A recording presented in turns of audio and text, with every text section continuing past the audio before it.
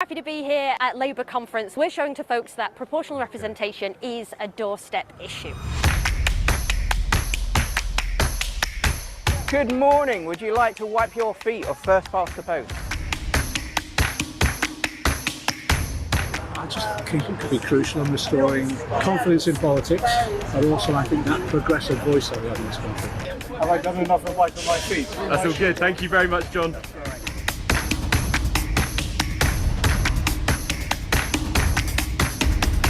We're literally cleaning up politics here, one wipe at a time. Would you like to wipe your feet or first past the post? Oh, thank you very much. We need a new electoral... I love your trainers, by the way. They're excellent. What should we do? It's antiquated. We should get rid of it. There are flaws in the system, aren't there? As someone who's only ever lived in an area where it wasn't worth my while voting, it feels very personally.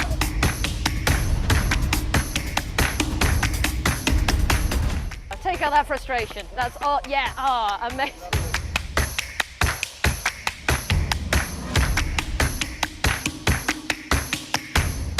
Just means that too many votes are wasted and too many voters are ignored. We need a form of PR. We need to end this system that creates so much alienation in our wider politics. So let's change it. Just get rid of it and bring in PR as soon as possible.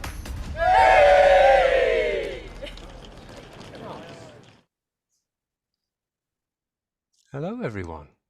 I think we're here. I'm going to stop sharing my screen so that I can actually see. Whoa. I was really nervous that there'd be no one there watching by the time I stopped this.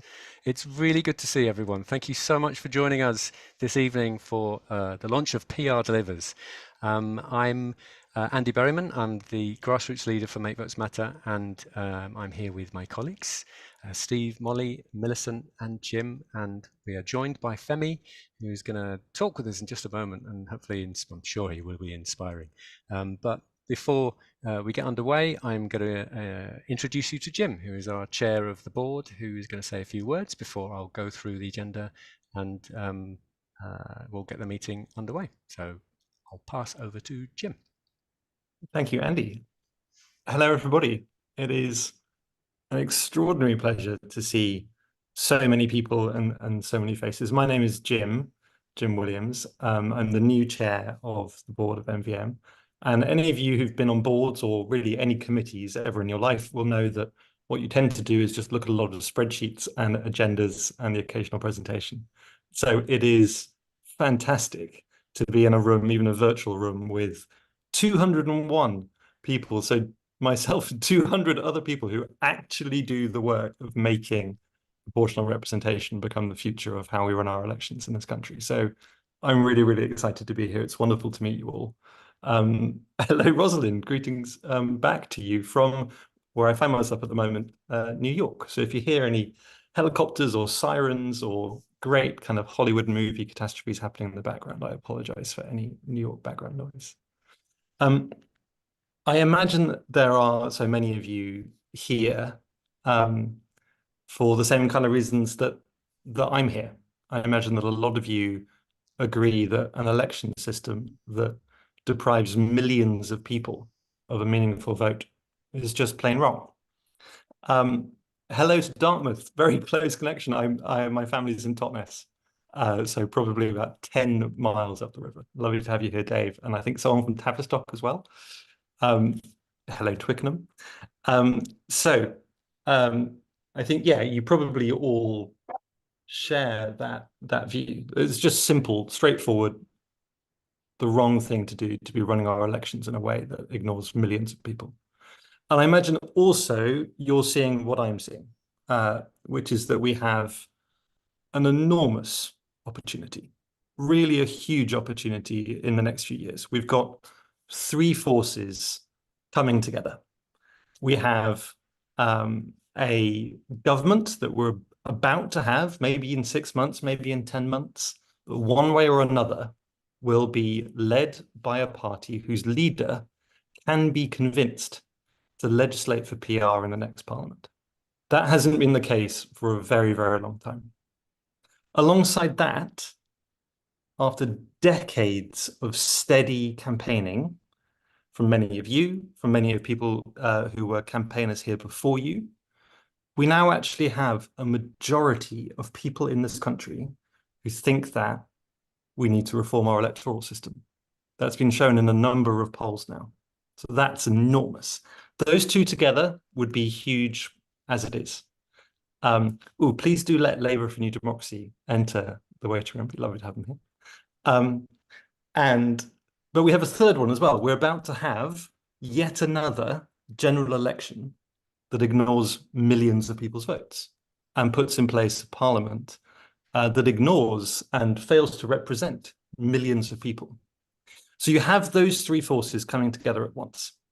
And all we need to do is make sure that they collide, make sure they bang straight into each other. And if we do, we can force the hand of the Labour leadership, not just Keir Starmer, but everyone around him, to make it impossible for them to not legislate for PR in the coming parliament. That's a big thing to attempt, but it's one big, relatively simple thing. Fundamentally simple in terms of what needs to be achieved. Convince a small group of people that they've got to do something. And I know from everything that you've all achieved already, you've already been campaigning in your communities to raise the flag for PR. You've already traveled to by-elections halfway across the country. Hundreds of you descended on Parliament. And a lot of the people here who are part of the Labour Party will also have worked with our campaign, our sister campaign, Labour for New Democracy, in that historic effort to get the Labour Party to back PR as party policy. You've done enormous amounts already. Now you just need to do the next step. It's a big one. It's a difficult one. But the whole MVM team here, it's their job to help you do it. So in this session today, they'll be walking you through what you can do to force the hand of the Labour leadership. And I cannot wait to be part of it. I cannot wait to see you do it.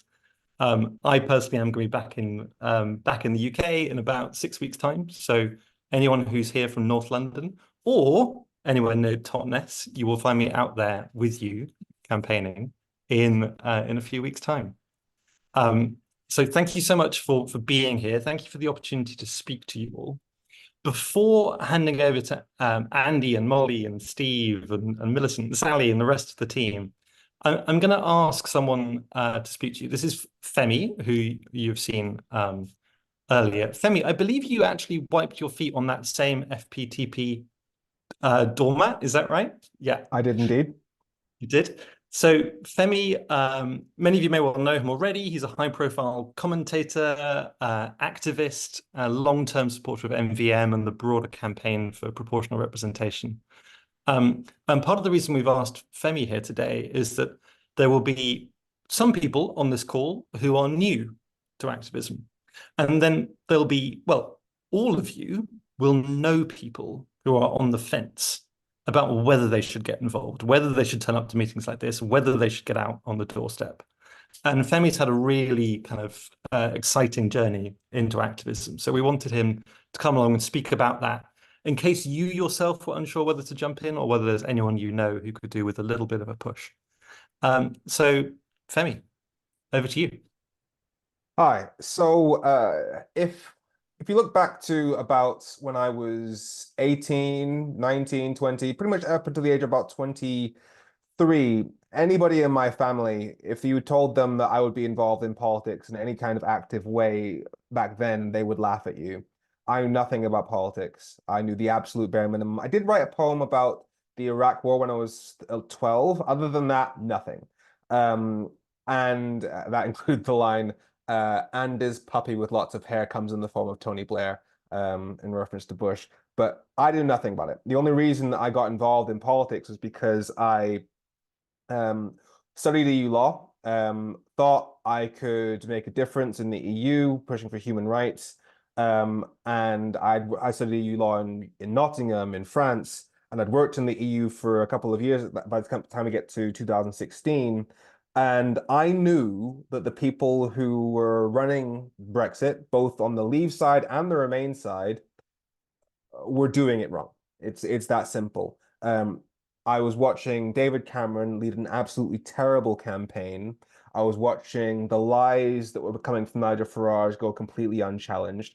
And because I knew from my own studies, from my own professional background, that the truth was simply not getting to people, I knew that if I didn't do something, nobody would. It was that strong sense of there is nobody at the wheel. Because, and bear in mind, in 2016, I had 20 followers on Twitter. When I got really desperate, I couldn't like call up BBC News. I couldn't speak to hundreds of thousands of followers. I had to go buy a T-shirt from Primark, and I stood in the center of the Birmingham Bull Ring with a question and I wrote EU questions, just ask. And I was just basically waiting for people to come talk to me because I knew that we couldn't count on the people that were actually in charge of things. And it's gone from that to 400,000 followers now, column in the Independent, and that only happens because of the vacancy up top. It's the fact that we know that the people who are actually running this show are doing it wrong. And the more we've gone through the kind of politics that we've seen over the last few years, the more that everybody can see they're doing it wrong. And so a lot of people, especially young people, have this feeling of, oh, but no, the people that have been in this game for a long time, they know what they're doing, they'll handle it. That feeling has very much died. And so everybody is increasingly being aware that they do have the right to step in. And as for what is the scope, what is the opportunity for that?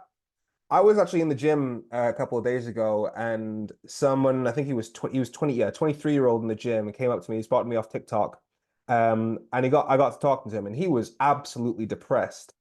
And the point where he said, "Oh my God, that makes me really, really hopeful," was when I told him about PR. I explained to him, look, if you look back at every single election since World War II, other than 1955, 1959, and 2015, the majority of votes have gone to parties that are to the left of the Tories. The majority of votes have gone to Labour, the SNP, Lib Dems, the Green. That's who we are on balance as a country. That's not a partisan issue, that's simply a matter of fact. And so if there was a voting system where everybody's vote counted equally, that would be the balance of power from now moving forward. And when he's looking at what it was, what kind of politics we're seeing now, and when he's looking at the kind of things we're seeing like today, if you paid attention to the kind of news, the things that Rishi Sunak has been coming out with, that's our unelected prime minister. That gave him a lot of hope compared to where we are now.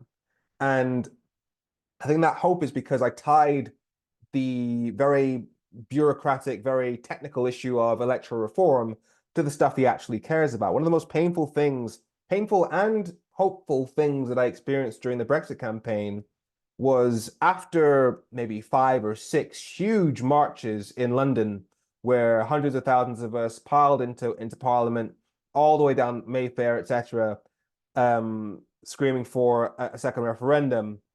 The demographics that were there were, to be blunt, not young, diverse people. Yes, there was a lot of us, but nowhere near as much as I saw on the day and the week after, or a couple of days after Boris Johnson became Prime Minister. There was an F Boris march there, and that was the largest, the most young and diverse crowd of people I have ever seen take to the streets in the UK. It was incredible. And as a leader of a youth campaign that was pushing to get young people involved in the fight against Brexit, seeing that, I could see that Brexit was a very technical issue, which is hard to really get your head around, but they knew they hated Boris. They knew exactly what he stood for. It spoke to directly their values. They'd heard his values, and they knew that it went against everything they stand for. And that's the thing. You can't make somebody interested in something that they're not already interested in. You have to explain how the thing you want them to be interested in affects what they're interested in. So if you're talking about PR, you have to put it in terms of, hey, what is the thing that you care about the most? And when you're talking to people, talk to your friends, talk to your family, talk to your kids, talk to their friends. What is the thing that you care about the most? If they say something like the climate crisis, which is the most likely thing you're going to get from somebody who's Gen Z, you say, well, in the 2019 election, the Tories got 44% of the vote, but ended up with 56% of the seats, which meant that on balance, Tory votes, when you compare votes to seats, were worth 21 times more than Green votes. And given the close links between the Conservative Party and the fossil fuel industry, explain to me how we get how we solve the climate crisis if Tory votes are worth 21 times more than Green votes. Again, it doesn't have to be partisan. This is simply a matter of fact. That is the vote share in 2019. If you're talking about issues around equality, Labour votes were worth 30% less than Tory votes. Those sorts of things. So you have to tie it to the things that the people already care about. You've seen there's an account on Twitter called Proportional Commons, where they say this is how each vote would have gone if every vote is counted equally, if the number of votes a party got actually matched up with the number of seats that they had. Those sorts of arguments will get people actually passionate about it, because it's not about the cold, hard technicalities of electoral reform. It's about making their issues actually mean something in Parliament. And in terms of how you shift that conversation on, how do you get somebody talking about it? How do you make the media listen to it? You have to put it in the most blunt and, sorry to say it, sensational terms that you possibly can.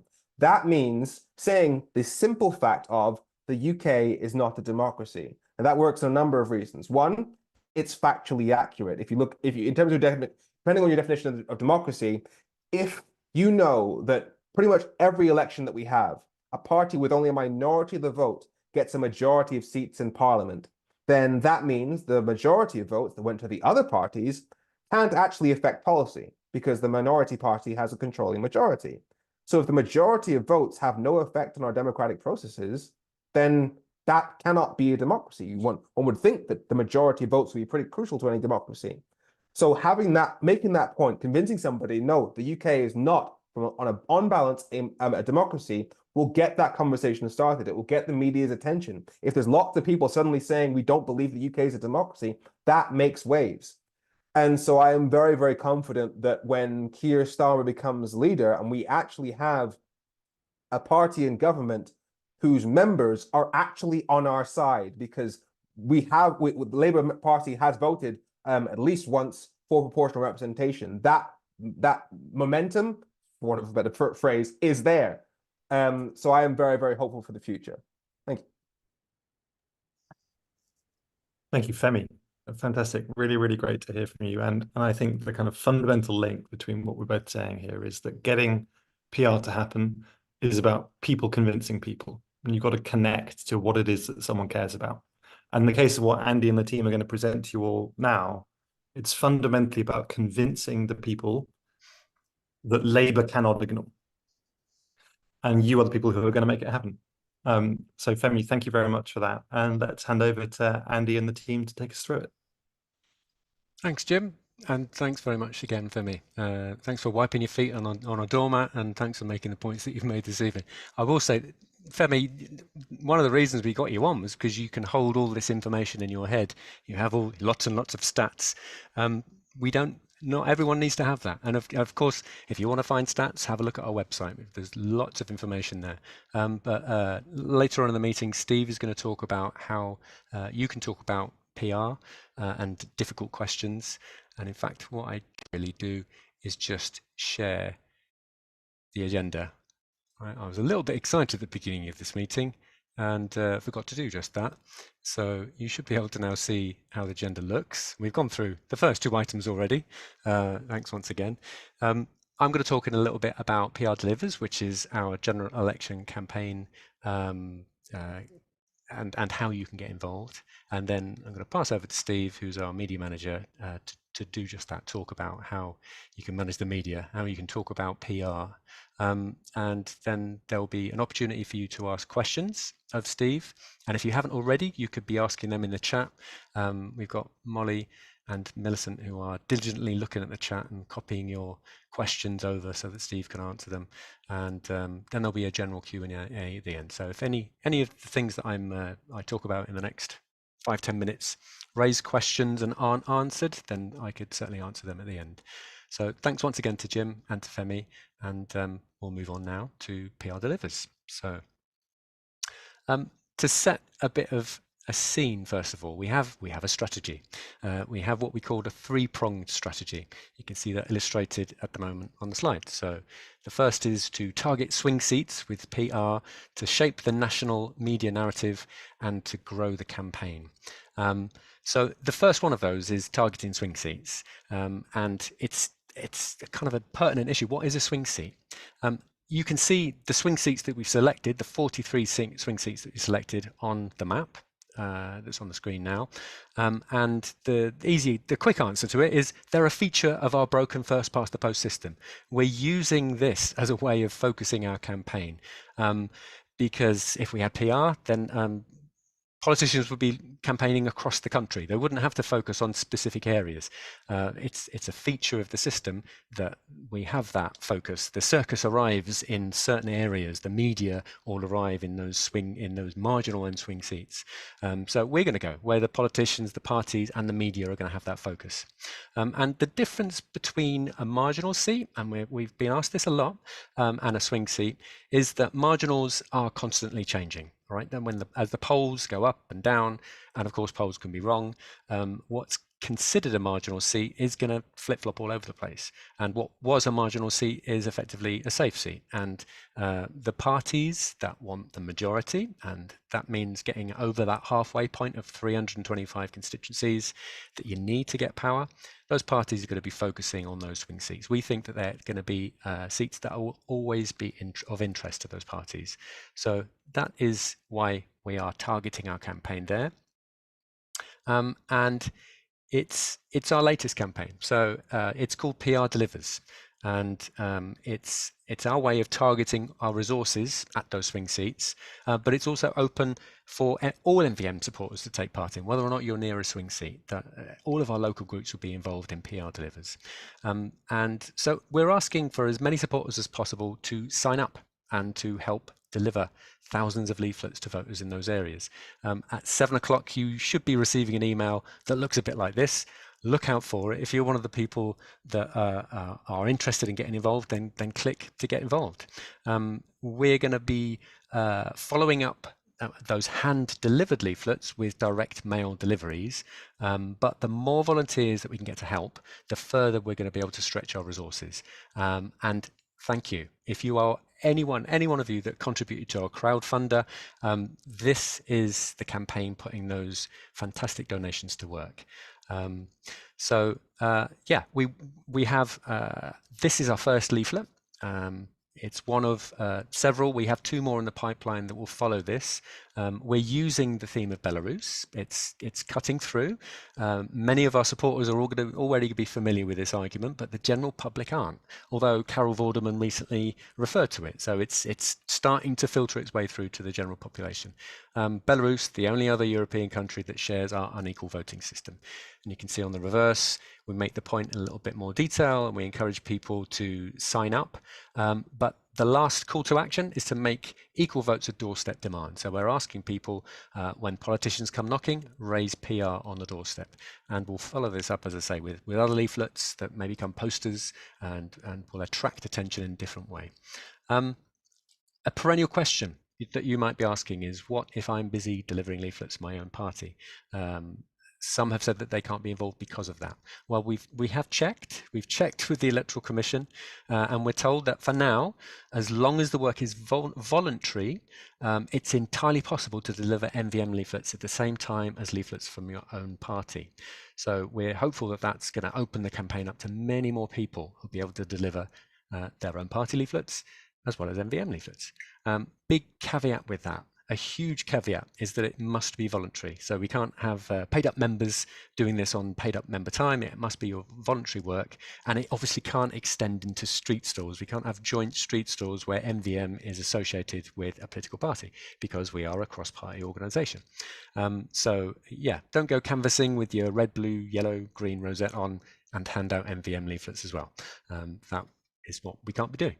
So if you live in or can travel to, and this is important because it may be that you just want to make a day trip or plan a holiday, who knows, sign up to be involved in one of those swing seats and to deliver leaflets. And yeah, the email should be getting sent in about 4 minutes. If you don't live near enough to a swing seat, we'd still like you to get involved with PRDelivers. So local groups will be delivering to their own local targets. We have Ken Lambden in Sefton, who's deciding I know there's a marginal ward up there, I'm going to deliver to that area. There'll be a different process for getting hold of those leaflets, but if you get in touch with your local group, they may well be deciding to do that. Of course, you can also get involved in the street stalls that local groups run brilliantly on a regular basis. You could run a park run. You could contact your candidates. You could definitely go to the grassroots page. So visit our website and you'll find on the left-hand side the links that you need to have a look at our calendar, find out where the next events are happening, find out where your local group is, or get in touch with us to start up a new group.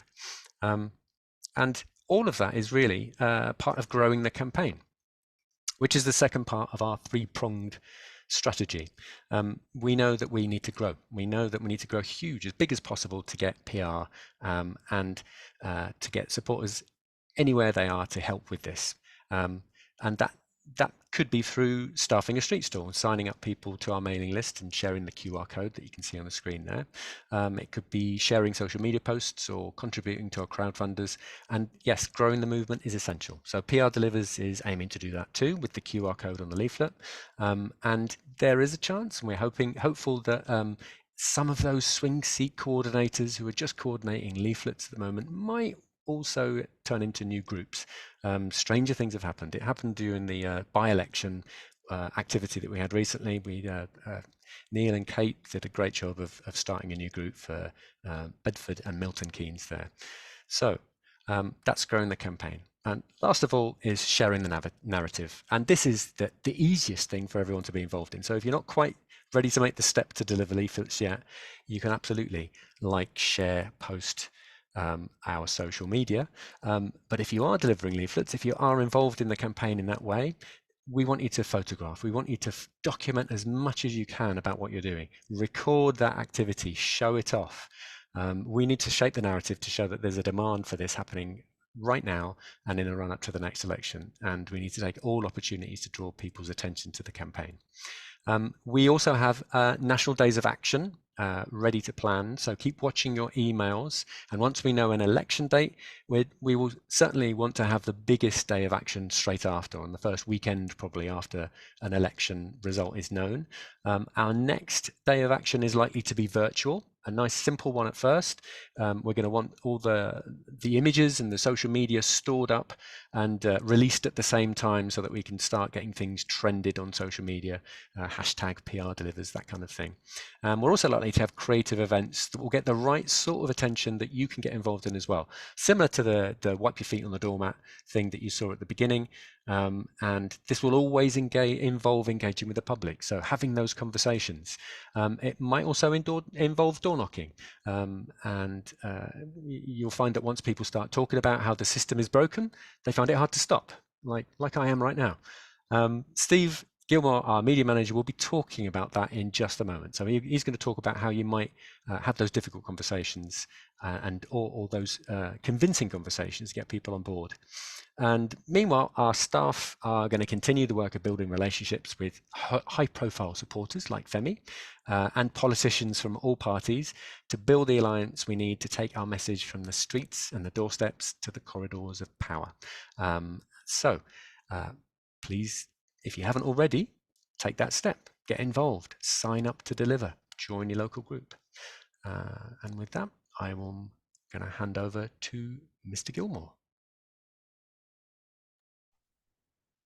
Andy, and evening everybody. As Andy said, if you haven't already, please do get your questions in. I am trying to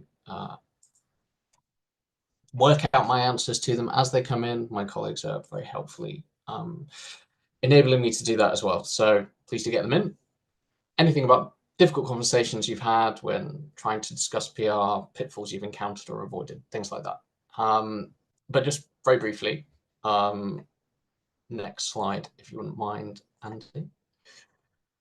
And again, a few sort of scene setters for this brief segment. I recall seeing a really interesting polling presentation from Sir John Curtis back in the autumn. And we haven't the time to get into the nitty gritty, but what it showed were the two key moments that really shifted the dial politically. One was Partygate, The other was Liz Truss's fiscal event or mini budget. That's probably not a surprise to most of the people on this call. Trust in politics was already low, and then it plummeted, and as we know, it's still on its knees. But crucially, additional polling and focus groups have demonstrated that on top of this, there is a pronounced lack of faith in the ability of among voters. There is a lack of faith in the ability of politics to deliver for people. And that's especially so among Labour's target voter segments. And I won't get into exactly what those are, but you're going to have to take my word for that. But this gives us something to work with. So the IPPR, next slide, Andy, the IPPR think tank ran a survey experiment last year to assess the effectiveness of 4 different approaches to sort of framing democratic reform. So it's a bit broader than electoral reform, but I think the findings broadly hold for us too. And you can see the 4 different frames that they established. And as those of you who are also on a call where I did something similar to this about half a year ago will know, delivery was the one that resonated quite comfortably the most. In other words, how can democratic, for us, electoral reform, help to bring about improvements to the things that I care most about? So it's an instrumental argument rather than an intrinsic one.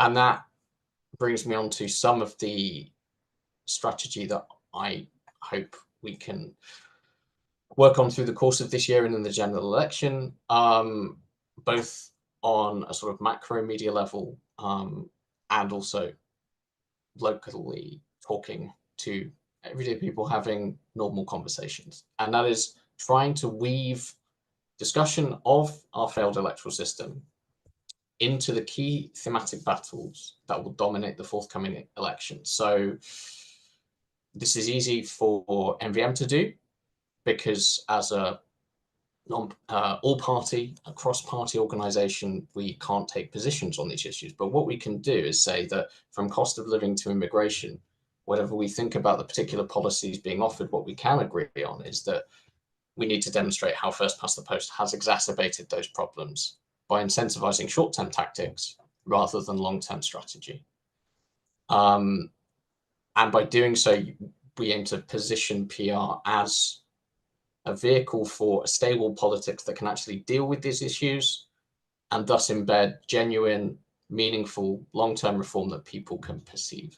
It's not about trying to oversell PR or be disingenuous, but it is about trying to offer an idea of the consequences of PR on a practical day-to-day level beyond the intrinsic arguments that all resonate with all of us on the call, I'm sure, about fairness, a lack of representation, feeling that politics doesn't hear our voice and doesn't necessarily work for the majority of people.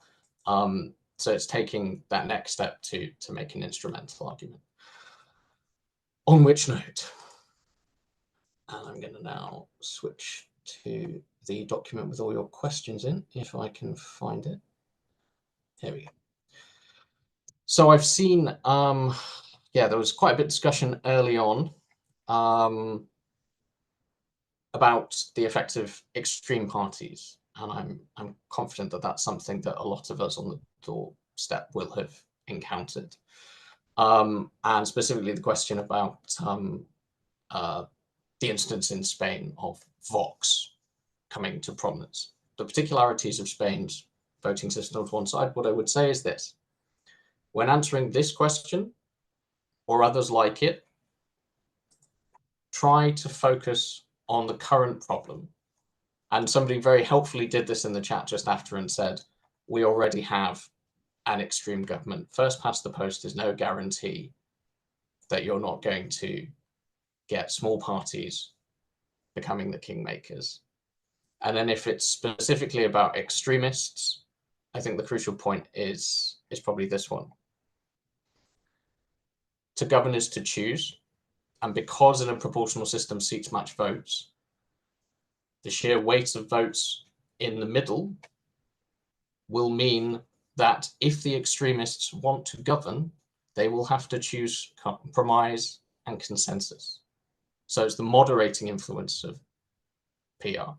But ideally, we never actually have to get to that stage. This is a conversation where we're losing. Really, we want to keep the conversation on the areas where we win.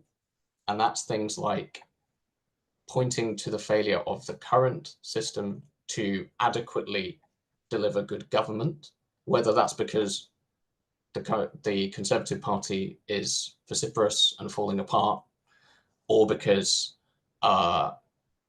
it's elected on a minority of the vote and people do not feel like it's speaking to them. So that's just one sort of example of a way you might go about trying to answer that question. Let me see, what else have we got? And yeah, don't get bogged down in discussions about PR voting systems, Peter says in the chat. Again, spot on. If we're not going to fall into our opponent's traps, then it's trying not to. I can see Femi's got his hand up, and I will come to you just a moment, fear not. But yeah, we really don't want to get into a conversation about the complications of voting systems and how it might change. It's really about how the current system is failing to deliver and how PR might end up taking us there. Just one further answer that I will offer. Something intrinsically British about first past the post. That's a nice idea. The idea that it's those Europeans, and Femi was talking about Brexit earlier and possibly can come to this as well. But the idea that there's something fundamentally and intrinsically British about first past the post. One could very well argue that there is something intrinsically British about variants of PR as well, since some of them were conceived in Britain and some of the first implementations of them were also in Britain. There's absolutely nothing intrinsic about first past the post, and I would recommend reading a piece written by one of our activists, Michael Bursell, on this very point. Femi, you had your hand up. Just to say that it's further than simply saying that first past the post is no guarantee that you don't have extreme parties in power. I'd argue strongly that first past the post is one of the reasons why we have extreme parties in power, because the electorate is effectively constantly forced into a choice between two binary opposites. The two-party system means that people don't really have any say on what those two parties choose to do. They can, between themselves, decide to go in whatever direction they want, whether they want to go in the extreme right direction or the extreme left direction. Right now, lots of traditional conservative voters are absolutely horrified with the direction that the Conservative Party has gone. Similarly, on the other side, there are people who were centre left who didn't like the direction that Corbyn was taking things. And there are lots of people right now that aren't happy and feel completely underrepresented because of how centrist Keir Starmer is being. If you want to get the politics to actually reflect the people, you have to get towards PR.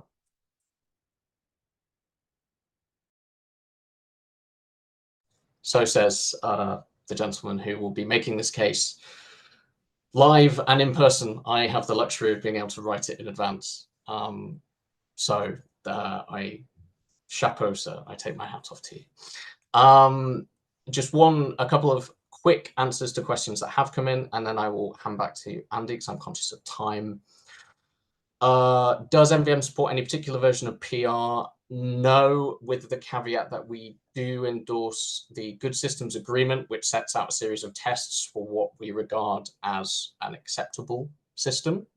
But that does not necessarily limit it to a particular variant like STV, mixed member, or the additional member system, party list. We don't take a position on those. They have to meet this series of criteria.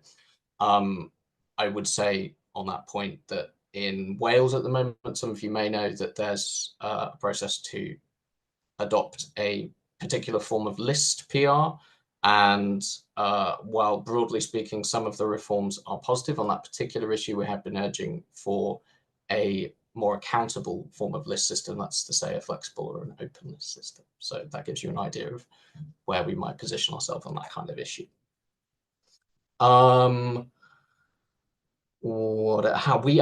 Apologies if this has been asked already. What is the ideal answer to someone saying we already had a referendum about that? No, we didn't. Alternative vote is not PR. is the slightly curt answer. The longer answer is that was over a decade ago. A lot has happened in politics since then. If anything, the political system has further crumbled. That does not invalidate asking the question again. But I think it's important to note that AV and PR are not the same. If anything, that's a choice between the two most similar forms of electoral system you could possibly conceive. Surely we have to be able to articulate our preferred PR option when asked. No, I would say we need to try and keep the focus on the failure of the current system, where it's not incumbent on us to have all the answers and be the ones that are the burden of proof isn't on us, I think, is the way we need to try and think of this. The burden of proof needs to be on those defending the current broken system, rather than putting us in the position where we're the ones on the back foot. Again, pivoting back to the failure of the current system, that's where we can make headway. I'm going to stop there. I could go on. Thank you, everyone, for your questions. And if you have a burning question you really want to talk to me or someone at the team about, please get in touch. My email is media@makevotes.org.uk, so you can reach me there. Andy. Thank you very much, Steve. Thank you for fielding all of those questions. And thanks, Femi, for your intervention as well. We have some time at the end now to field any questions really about PRDelivers, because as you can probably see from the chat, we can talk endlessly about different systems and different approaches, but really the evening is well, you've just had the guidance from Steve about that, and you've had the responses to some of those questions. But now, if there are any questions about PRDelivers, I'm very happy to answer them. One thing that was asked in the chat was whether or not we could share the list of swing seats, and I think that Sally has posted that into the chat already, so you should be able to see that if you scroll up. Yeah, the last thing that Stephen Gosling asked, will there be a list of target seats? Yes, absolutely. And you can also get that if you look at your email. Just below the button that says sign up here, there should be a link to the PDF. That's what the PDF looks like. And you should be able to click on the map at the top. There's a link to take you to the map, and you can scroll through and find out exactly where those swing seats are. Or you can zoom in, and it's a little bit more convenient. So that answers that question practically. I'll ask my team, Molly or Millicent or anybody else, have you fielded any questions that are specific to PRDelivers in the chat? Is there anything logistically that I can answer? Yes, Millicent. You've already answered the ones that have come in. Okay, then I'm going to stop sharing my screen. And I think we're going to bring the meeting to a close, because that's it. Thank you so much for your time again, everyone. Thank you, Steve, for all the great advice. Jim, would you like to say a couple of words before we finish? No, I just think it would be really good after all this information we've given everyone to wrap up with just a quick reminder of exactly what it is that we're encouraging them to do. Great. Okay, so if you can check your email once you leave this call, there should be an invitation for you to sign up to be a leaflet deliverer. If you are somebody that would like to coordinate, those emails have already gone out, but if you're in a swing seat and you feel that you're able to coordinate, there's an option to indicate that as well inside the sign up form. But we're really looking for as many people to join coordinators and to deliver leaflets. So if you can sign up and let us know which swing seat you're willing to either travel to or live in, then please do that straight after this call. If you're not close enough to a swing seat or don't think you can visit, then please do go to the Make Votes Matters website and look for your local group. Get in touch with your local group, or get in touch with us if there isn't a group that's local enough to you. We want to expand, so we're going to want to start new groups in all sorts of different places in order to make this campaign sing and get our message heard as much as possible. And I think that's it. Sue's got her hand up. Sue Ledwith. I will just ask you to unmute Sue. Sue from MVM Oxford. Yes. Oh, thank you very much. Some very interesting material, etc. We don't have one of your target seats in Oxfordshire, but and there's work going on in terms of some of the Oxfordshire seats. But actually, I wanted to ask Jim, right at the beginning, Jim, you said we're going to force the Labour leadership to take on PR. I want to know what you mean by that, please. Yep, no trouble. So I responded to your message, but Did I you? think it's Oh, sorry, I didn't see it. okay. No, not at all. I think it's a good opportunity to be able to speak about that a little bit.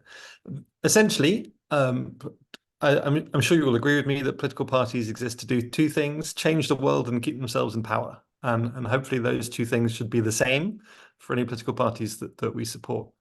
So the way to force a political party to do something is to make it necessary for them to stay in power, for them to do a certain thing. So we can see already that the majority of people want to reform first past the post.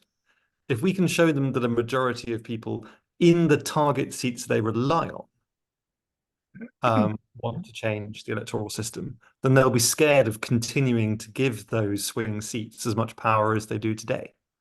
And they will understand that actually, if they spread that power more evenly, then they won't be held hostage by all of those wonderful people who want proportional representation.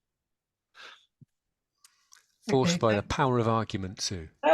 Well, yes, I'm a Labour Party member, and Annalisa Dodds, the chair of the party, I ask her a question about PR every month at our meetings, and I would get the fence sitting. But anyway, it's yes, we have to keep trying. I realize there's one more hand up, but if I can just say one more thing back to that, I think it's really important to know that there's a whole range of organizations who are working on this. MVM is really the activist organization. We work very closely with a number of others, including Labour for a New Democracy, and I think there's some people from them on this call, who do a lot of the internal Labour advocacy, and the Electoral Reform Society, who do a lot of the research and the public campaigning. What we can bring alongside our partner organizations like this is a demonstration of the amount of momentum that this cause has. We've now got a majority of people for the first time. I think this happened last year, for the first time in decades. That momentum is enormous. And as the activist campaign for proportional representation, we can make a lot of noise in a way that the research-focused ERS can't. And we can make a lot of noise across multiple parties and across the non-political public in a way that our colleagues in Labour for New Democracy cannot. So it's not going to be about us alone convincing those people and forcing them, but it's about the role that we can all play. And it fundamentally comes down to all of us convincing the people that we know, but especially the people that Labour cannot ignore, that we need to have PR. Thank you for the question, Sue. And I'll stop talking because I know that there's another couple of questions. Thanks, Jim. Okay, we just wanted to add to that. Sorry, Femi. Yes. In terms of convincing Keir Starmer to change position, it's about making sure if we can get to the point where he can't get through a single interview without somebody asking, Mr. Starmer, why do you believe the majority of British votes shouldn't count? That make it politically toxic for him to keep supporting first past the post. If that question gets asked on a regular basis, so much progress gets made. Steve, you want to come in? Yeah, just to say, absolutely agree with Femi. I think that's one major part of the equation. The other is also, and that's maybe what I was speaking to, is that's raising the stakes of not doing it, and then there's lowering the stakes of doing it. And I think we need to be doing both of those things. You possibly can't do both of those things simultaneously, but across the movement, we need to be doing both of those things. And that's why I think this delivery frame is helpful, because in some respects, we can sell that to politicians as look, this will help you deliver the things that you're promising voters and make your life easier. Thank you, Steve. Before we go on to the next question, to answer a question in the chat from Catherine. The WhatsApp link for MVM Filton and Bradley Stoke doesn't seem to work. Will we be contacting you another way? Yes, your email will be used, so there'll be another way for you to get in touch. It may be our end or your end for the WhatsApp group, but there are ways around this. So please look at your email box, and we will absolutely forward that to the coordinator in that area. So happy to say that my phone is buzzing because the 43 WhatsApp groups I've set up on it are starting to get filled up with lots of volunteers all about to join the campaign. So please join them, absolutely. Right, we've probably got enough time to take these 4 questions, but we'll see. Jeff, you were first, I believe. Yes. And you muted? Oh, I need to unmute it. Yeah, there you go. You should be able to unmute now. There you go. Yeah, hello. My name's Jeff. I'm a member of the Bristol group. We're campaigning at the moment of a by-election that is going on in Kingswood, and we've had a street stall already last week. We have another one on Saturday. But one of the questions that came up was about which system and all the rest of it. So actually, it occurred to me that in the end, I think what needs to happen is for us not to actually push for a referendum about PR. What we need is to persuade, and it has to happen this way, is to persuade the Labour Party to get on board with PR and make a commitment in their election manifesto during their first term of a government to actually bring in PR. The argument about which system perhaps will obviously be had before that within the Labour Party and by people feeding into that. But I think the problem with the referendum, we saw what happened with Cameron's referendum. I know it wasn't PR, but that doesn't matter in the minds of most people. A lot of people said, well, 2 people said to me on Saturday, well, we had a vote about it. We had a referendum on it. People don't want it. And the reason that people don't want it is because they were not given all the information, and also because a lot of people, quite frankly, let's face it, they just regard it as a turn-off. People like to stick with what they know. And I think, therefore, a political party, if it's in government and committed to PR, it should just bring it in its first term, get it done, because otherwise this could drag on for decades more. That's my opinion. Thank you, Jeff. Thank you. I'm sure we all agree. And there is a consensus within the democracy sector, and absolutely MVM, no need for a referendum. There is no need for a referendum to make this change. And the referendum that happened in 2010 was for the alternative vote, which was not proportional. This is a frequently asked question that you can reply to with that response. Sorry, Andy, can I just say, is that MVM's view then? Is that MVM's view that we should not have a referendum? Absolutely, yes. Steve, did you want to contribute to that as well? I didn't know that. I wouldn't have put it quite so emphatically, perhaps. But broadly speaking, the argument is this, that there is no constitutional reason, there is no requirement for a referendum, there is no settled convention on how these questions are answered. Some, it is true, suggest a referendum, but that has not been the case for many changes, and most recently, given it will likely be forces, not entirely, but broadly on the right that make this argument in some cases. The Elections Act brought in a whole series of changes, including changes to the electoral system in various elections, and that was not passed. Did not require a referendum, it was passed as a simple act of parliament. So yeah, slightly longer. I wouldn't say, if we ultimately get there, bring it on, but there's no need for it constitutionally, I think is the point. Thank you, Steve. It's good to have these responses out there, isn't it? People are adding them to the chat now as well. We cannot resist absolutely making the point. And yes, I was far too emphatic. A referendum, I'll tell you what, would be better than first past the post, quite frankly. So, Andy, hello, Andy from Yorkshire. Good to see you. Yes, you should be able to unmute now. Very good. Not sure this is a question for the MVM leadership, or we mentioned there are some Labour for New Democracy, Labour for Electoral Reform people on here. I did attend a Labour for New Electoral Reform briefing recently, and they have a very different map as to what they think are swing seats than the one that MVM's come up with. And given that we've said on this call that we're working together, I just wondered how that comes together and why it doesn't overlap. I'm not too bothered about the technicalities of why it doesn't overlap, but how we're making sure we work together and not going off in different directions. Thanks, Andy. I attended that meeting as well. I think that their map was based on where PPCs that are supportive of PR are based. I think it was a small number of areas. Am I right? That's what you're referring to, Andy. Yeah. Yeah. So, it was a smaller number than we've got. Yeah, than MVM's got. Yeah. Yeah, Certainly. yeah. So yeah, we work with all sorts of organisations, but we all deal with things in slightly different ways, and I think that's definitely Labour for New Democracy's remit, and our remit is to appeal to the wider electorate. So yeah, we work together, and I'm sure that there will be synergies along the way in much the same way as there was with Sort the System, yeah. Well. Anyway, the PPC for Keithley is going to the MVM stall on Saturday, so it was one of the L4ER target football. So good stuff. A plug for the West Yorkshire stall there, is it?